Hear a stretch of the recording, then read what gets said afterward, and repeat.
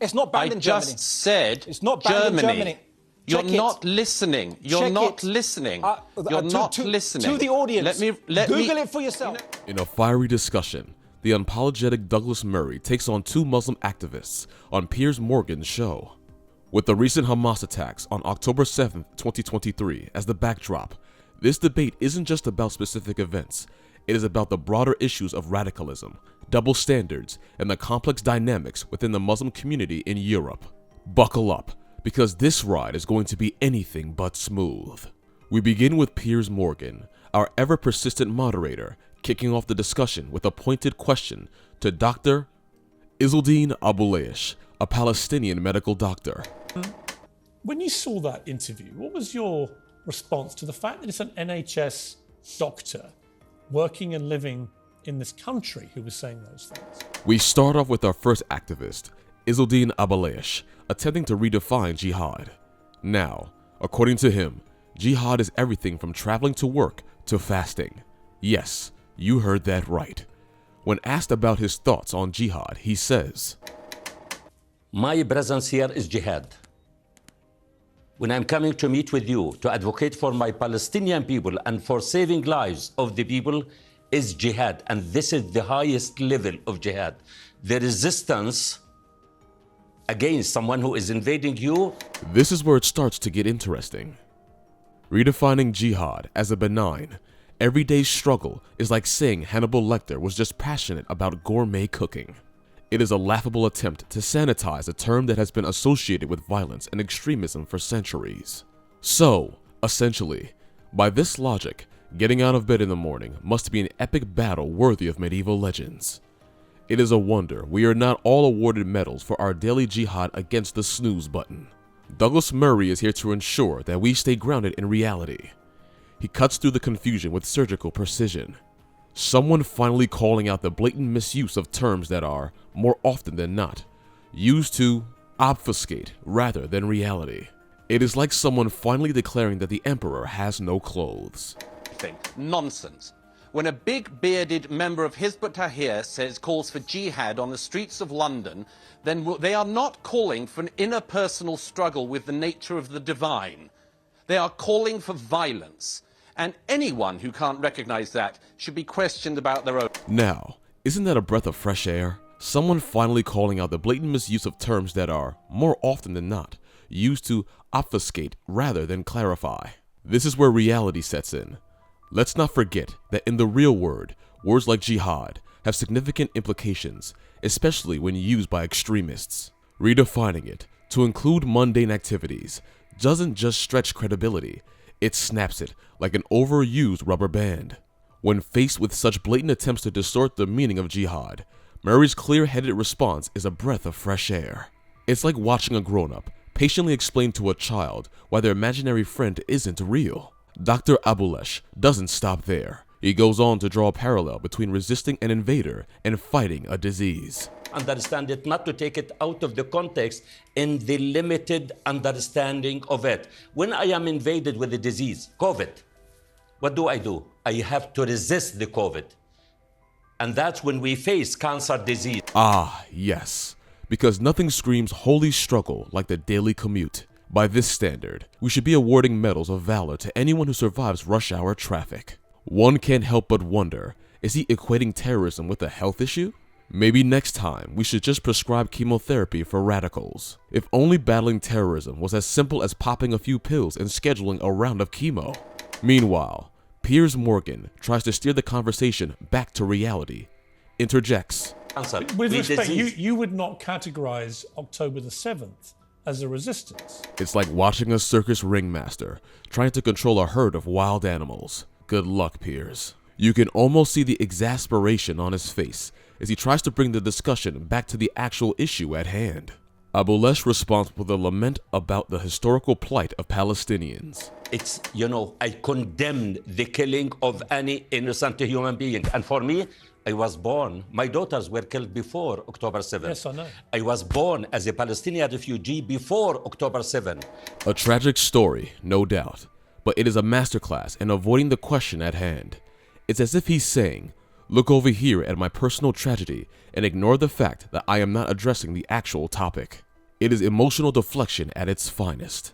Murray steps in again, this time with an important clarification. The following definition. The definition of terrorism is the deliberate targeting of innocent civilians.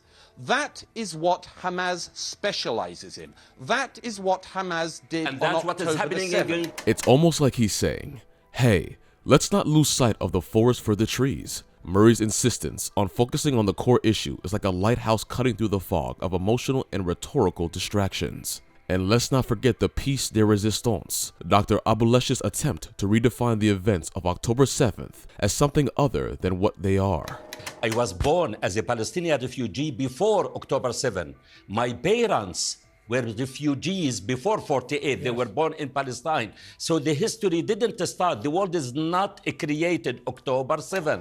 As if history somehow makes the deliberate targeting of civilians less reprehensible. It's like trying to excuse a bank robbery by discussing the socioeconomic factors that led the robber to that point. Sure, context matters, but it doesn't change the nature of the act itself. As the debate heats up, Murray addresses the casualty figures that are often bandied about with little regard for their source.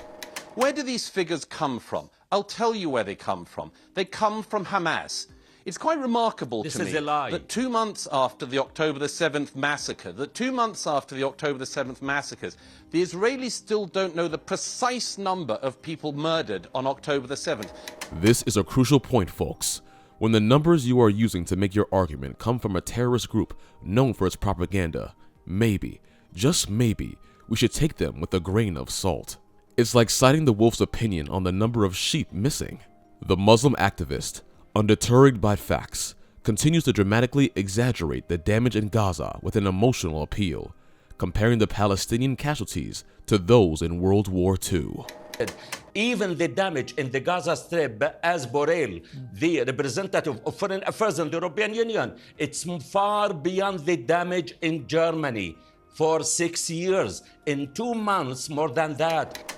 It is comical how persistently Abulesh clings to his exaggerated claims. Watching this unfold is like watching someone try to convince you that the earth is flat, despite all evidence to the contrary. Comparing Gaza to World War II is like comparing a paper cut to open heart surgery. It's not just hyperbolic, it's historically ignorant. Let us not distort one of the most devastating events in human history to score political points. The second activist attempts to twist the narrative, drawing an improbable parallel to the British Army targeting German civilians during World War II. Seriously, comparing the systematic genocide by Nazi Germany with the self-defense actions of Britain?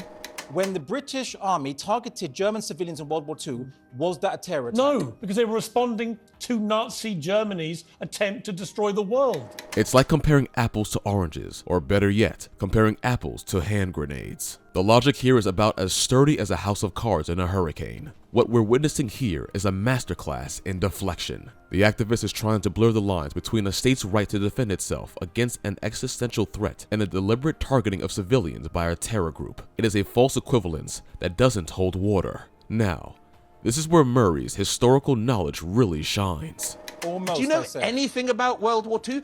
In Dresden yes, alone, I do, Douglas. Germany. Do you know anything Germany. about in World War II, Dresden alone, Douglas? take one German city. Take one German city. The destruction was on a scale totally dissimilar taking to what's London. been happening in that. Gaza. It is almost laughable how some people will twist history to suit their narrative.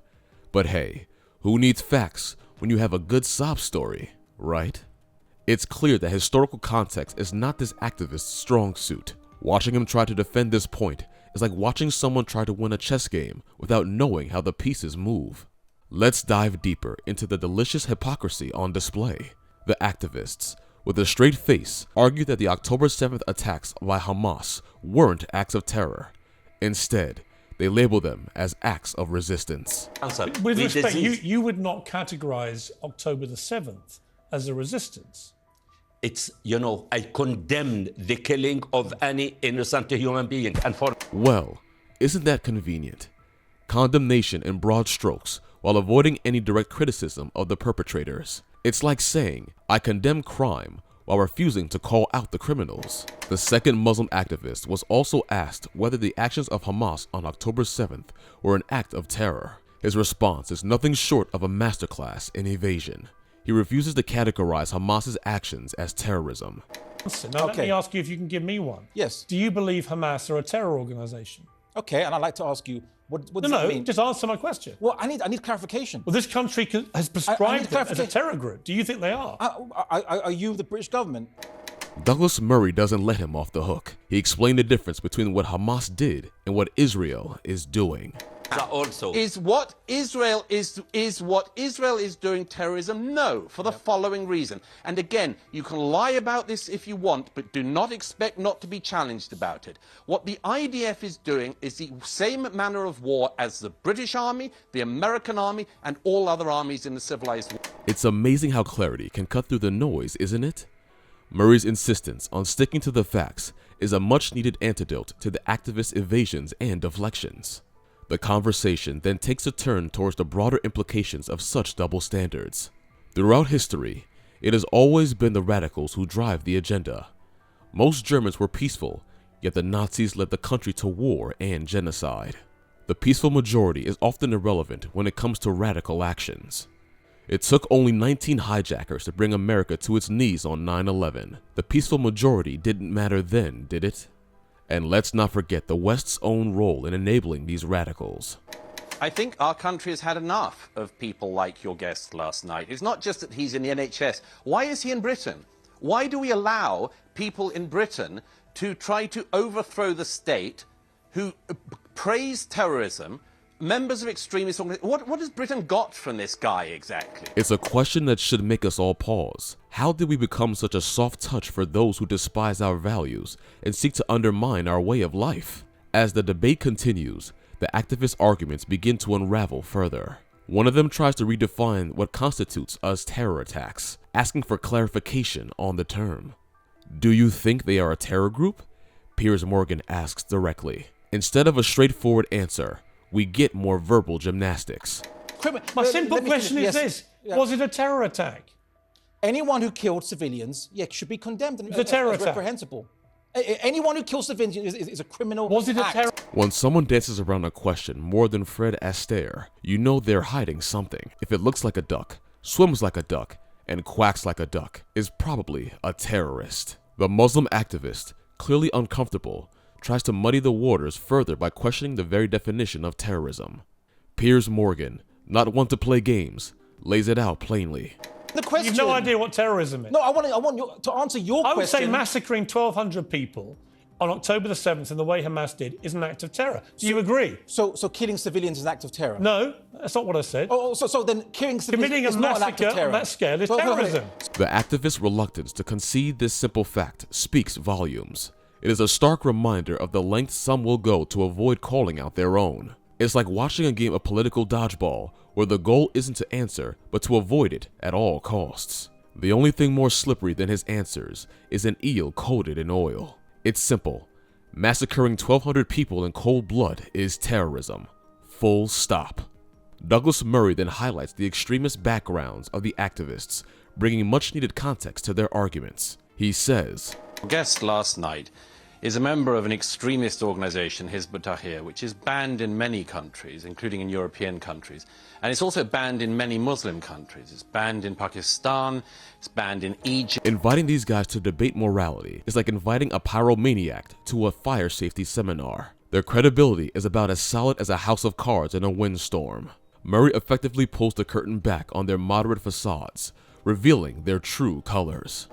Douglas Murray delivers the final blow. His arguments are irrefutable, his logic is airtight, and his delivery leaves no room for doubt. The activists are left with nothing but silence. That is what Hamas specializes in. That is what Hamas did And on that's what is October the happening 7th. in Gaza Now, also. Is what Israel is doing terrorism? No, for the following reason. And again, you can lie about this if you want, but do not expect not to be challenged about it. This is the knockout punch. It is the intellectual equivalent of a mic drop. The activists are left speechless, and it is clear to everyone watching who came out on top. The silence is golden, or maybe it's just awkward. Either way, it is a clear victory for Douglas Murray and a reality check for the activists. As the debate nears its conclusion, Piers Morgan voices his frustration with the activists' evasions. Right to the point where they try and convince me that what happened on October the 7th was not an act of terror. And when people refuse to concede that point, I find it very hard then to have a civilized discussion. It's why I got so annoyed last night. It is a sentiment many of us share. Honest dialogue is impossible when one side refuses to acknowledge basic facts. To wrap things up, just about words. It was about exposing the truth and challenging dangerous ideologies. Douglas Murray and Piers Morgan did just that, and the result was a debate that leaves us all with something to think about.